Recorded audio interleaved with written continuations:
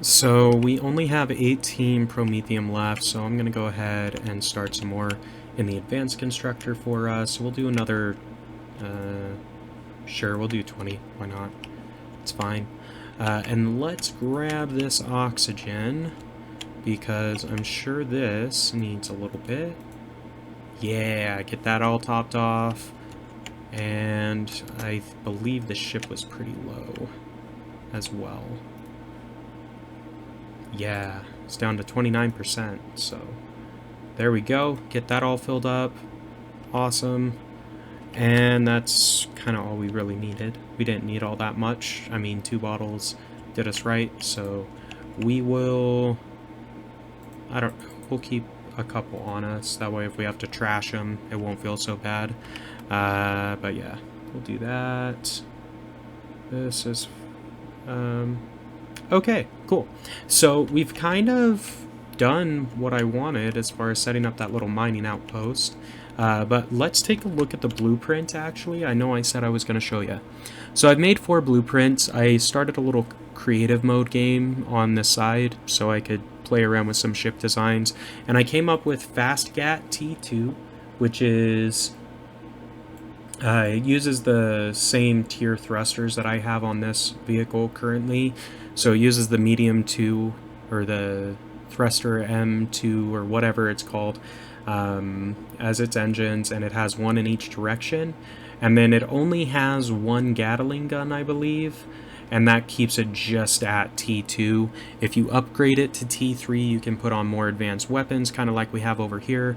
But it seemed like a decent ship. It's very fast, very maneuverable. So I might build one of these just so I can have a quick, transport ship, because we're not necessarily always dogfighting, right? I mean, I think the cargo bay is big enough we could fit in 2 ships if we try. I just have to move the one over a little bit or spawn this one in on one side or the other here. But either way, so that's one I made. Another one, this is the current ship that I have, the custom T3. So a little more expensive, you may see, the small atomic bridge being the main expensive item. You need 4 of them. That's because this is a T3 CPU, so it takes 2 of these for each of the T3 units, and you actually need 2 of them. So little tidbit on CPUs for bases and everything else in Empyrion. You start out with a T1 CPU. When you put down the base starter or the vehicle starter, that's what the core is the T1 CPU. That'll give you a basic amount of, points you can use to build with. Block stake points, turret stake points, crafters, basically anything you attach to a base or a ship takes a certain amount of points. It's all fixed for the most part, I believe. But if you exceed the CPU capacity by placing too many blocks, you can still use the vehicle. However, it burns significantly more power, and I think it scales by how far over you are as well on the CPU limit.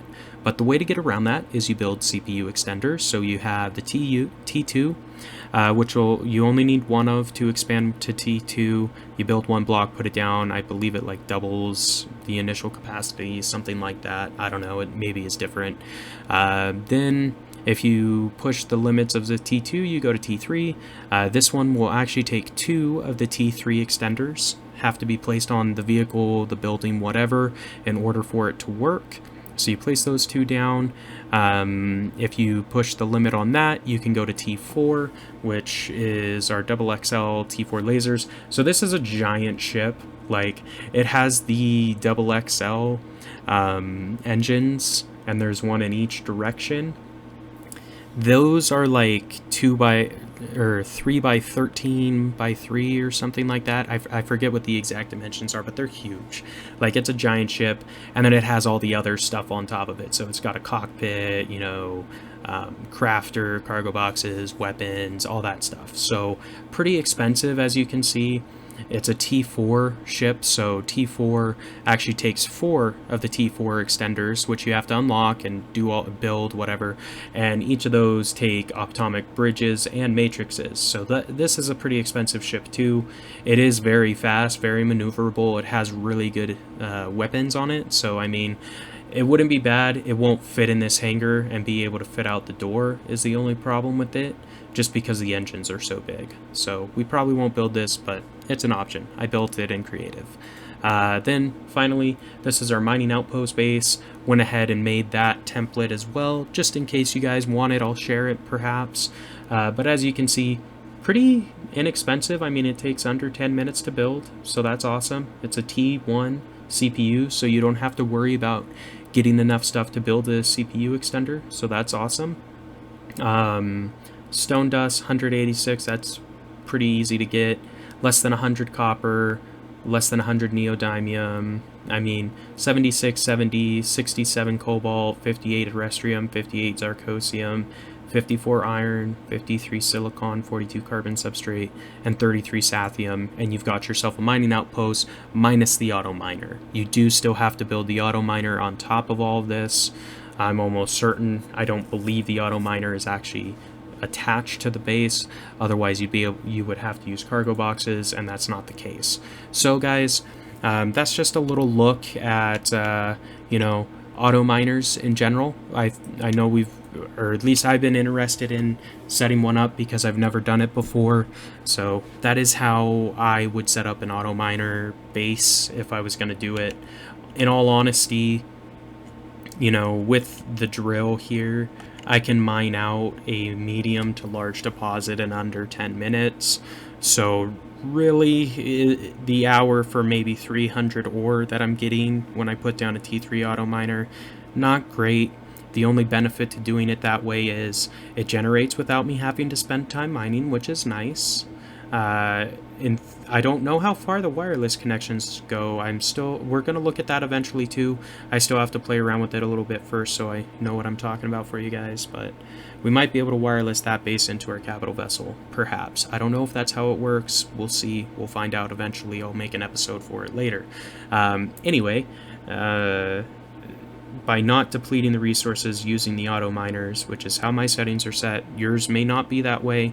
The way you can tell is before you load your game, there will be on the right hand side towards the top, it'll say difficulty. If you click on that, it'll pull up the difficulty settings, go in, check for auto miner deplete resources. If it says true, then it will deplete the deposit over time. If it says false, it will not deplete the deposit over time. In other words, since mine doesn't deplete, I have infinite resources. I have infinite zirconium being produced at 277 zirconium ore per hour at that little mining outpost we just built. So, I mean, that is fixed for as long as I play this game, this save, I will always have that being generated, which is cool.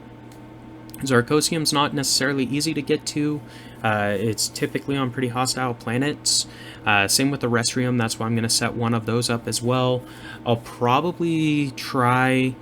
There is on the moon in this system, the Ramel system, a like Xerax base in between two pentaxid deposits. I might try to take that base out, put down another mining outpost, and put an auto miner on each of the pentaxid deposits. Because if I can mine pentaxid infinitely, like it doesn't deplete the resource, that would be great. Because as of right now, like... all of the ammo that we're using, all the laser ammo, all those weapons, they all take pentaxid to build. It's elemental, I think, so you get a little bit more out of it than the warp fuel, but we're still chewing through it. I think we're down to like 40 or less pentaxid. Yeah, so we only have 36 raw material left. So that's not great. I mean, it's not the worst in the world. I mean, we're still fine, all things considered, but... it might be nice to get that boosted a little bit, you know what I mean? Just to have it, you could, I don't even have a hull shield on any of my small vehicles or capital vessels or bases, which basically absorbs damage at the cost of pentaxid. So I'd like to try that out. I don't have enough pentaxid to do it as of right now. So in the upcoming episode, guys, look out for Talon missions, more pentaxid, more auto mining being set up, and we might go over the tech tree again. I think I got to level 22, so I have some points to spend. But if you're enjoying the series so far, please like, comment, subscribe as always, and until next time, we will see ya.